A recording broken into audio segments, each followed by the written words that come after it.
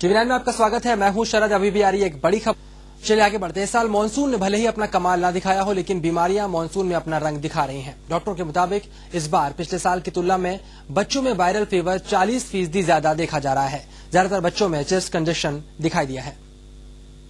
परेशान कर सकता है ये मानसून। मानसून में रहें सावधान। फैल रहा है वायरल फीवर।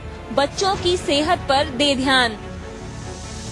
जी हाँ, ये मानसून जितनी खुशी देता है, सेहत का ख्याल ना रखने पर ये आपको उतना ही परेशान कर सकता है। खासकर बच्चों को मानसून के दौरान ज्यादा ध्यान देने की जरूरत होती है। बच्चों पर पड़ता है ज्यादा असर। तेजी से बढ़ रहा है वायरल फीवर। इस बार ये मानसून ज्यादा खतरनाक है, जिसमें वायरल फीवर होने की संभावना 40% ज्यादा है। वायरल फीवर की खास बात ये होती है कि ये मानसून में काफी तेजी से फैलता है। इसकी वजह ये है कि मानसून के दौरान वातावरण में नमी ज्यादा होती है, जो कि वायरल फीवर को फैलने में मदद करती है। और फिलहाल मुंबई के वातावरण में नमी ज्यादा है, जिसका असर आपकी सेहत पर भी ज्यादा पड़ सकता है। बारिश आता है, मॉइस्चर बढ़ता है और थोड़ा ठंडक भी आ जाती है, तो ये वायरस मल्टीप्लाई हो जाते हैं। फिर मानसून में क्या होता है कि स्कूलें भी खुलने लगती है। बच्चे एक्चुअली जून में स्कूल जाते हैं, तो क्लोज्ड एनवायरनमेंट में एक से खांसी होती है, दूसरों को खांसी होती है। इसीलिए डॉक्टरों का कहना है कि precaution is better than a cure.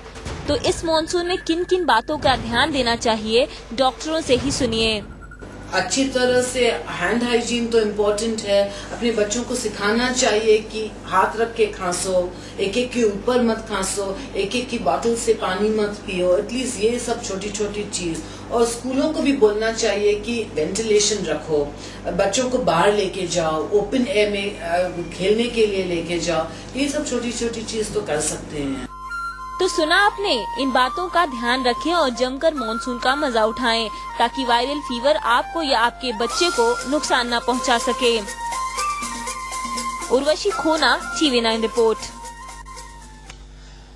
और इस वक्त हमारे साथ जुड़ रहे हैं डॉक्टर विजय सिंह। आपका बहुत बहुत स्वागत टीवी9 में है। डॉक्टर साहब, यहाँ पर दिखाई पड़ रहा है कि लगातार मुंबई में प्रकोप बढ़ता जा रहा है। खासकर वायरल फीवर के मामले काफी ज्यादा सामने आ रहे हैं। आप क्लिनिक में बैठते हैं कि आपको भी ऐसे मरीजों से दो चार होना पड़ रहा है?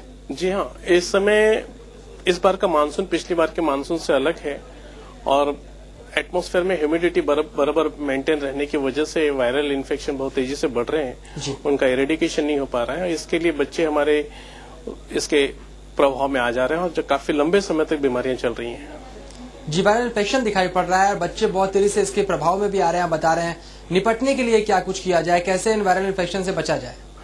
निपटने के लिए बच्चे पानी उबाला हुआ पिए और गर्म खाना खाएं और बाहर की जो है फुटपाथ पे जो सड़ी गड़ी चीजें हैं जरा उससे दूर रहें और इससे बचा जा सकता है। कम से कम बरसात में भीगे नहीं, ठंड न लगे। बरसात में हमेशा ज्यादा समय तक लंबे समय तक भीगे रहने से भी सर्दी जुकाम नजला, अपर रेस्पिरेटरी ट्रैक्ट इन्फेक्शन, फिर लोअर रेस्पिरेटरी ट्रैक्ट इन्फेक्शन वगैरह, ब्रोंकियल अस्थमा वगैरह, एलर्जी राइनाइटिस वगैरह इस तरह की इत्यादि बीमारियां हो सकती हैं।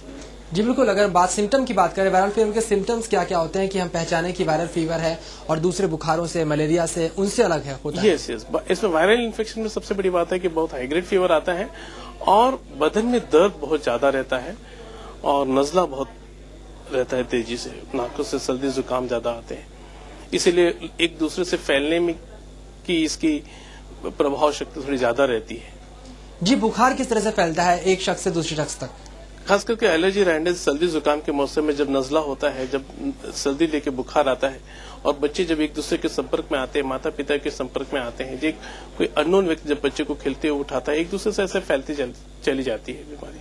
जी, क्योर की बात करें तो किस तरह से बचाव हो सकता है? अगर बीमारी हमें पकड़ ही लेती है तो उसके बाद क्या करें? हाँ, बीमारी अगर पकड़ ही लेती है तो उसके लिए बहुत जल्दी बच्चों को अपने फैमिली फिजिशियन से मिलना चाहिए, उससे सलाह मशवरा करके उससे सही लाइन ऑफ ट्रीटमेंट में रखना चाहिए।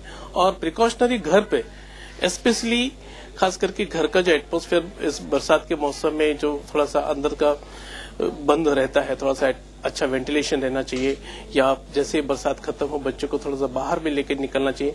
देखिए, बच्चे एक जगह रहने से, घर में बच्चे दो चार हैं अगर खेल रहे हैं और उनके जो ऑक्सीजन जो है बाहर नहीं निकल पा रहे तो उससे फैलने की बीमारी कुछ ज्यादा रहती है। डॉक्टर साहब, आखिर में आपसे राय मांगेंगे मुंबईकरों को, आप इस वायरल फीवर से बचने के लिए क्या कहेंगे आखिर में? वायरल फीवर से बचा जा सकता है, पानी उबाला हुआ पिए और क्या कहते हैं जल्दी मेडिकेशन लें और एक दूसरे से संपर्क में आने से पहले जब तक आप अच्छे न हो जाएं, एक पेरेंट्स की ड्यूटी होती है, बच्चे अगर स्कूल में पढ़ते हों तो शिक्षकों की ड्यूटी होती है कि पेरेंट्स को आगाह करें, उसको जल्दी अपने डॉक्टर के पास ले जाएं, अपेक्षाकृत उसके लिए भेजने के। जी बिल्कुल डॉक्टर साहब, ये तमाम जानकारी देने के लिए, बातचीत करने के लिए आपका बहुत बहुत शुक्रिया। डॉक्टर साहब ने जो कुछ भी बताया, अगर आप भी अपने घर में इन तमाम चीजों का पालन करते हैं तो अपने बच्चों को वायरल फीवर से बचा सकते हैं। और इसके बाद भी अगर वायरल फीवर किसी तरह पकड़ लेता है तो इसके बाद भी क्योर है। साफ सफाई का ध्यान आप रखें।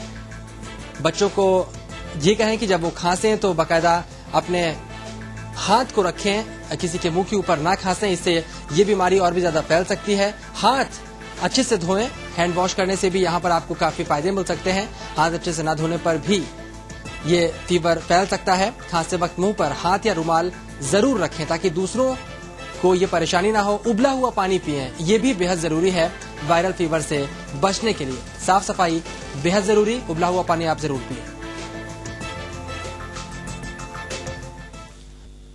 तो फिलहाल मेरे साथ इस बुलेटिन में इतना ही। TV9 पर लगातार खबरों का सफर जारी है।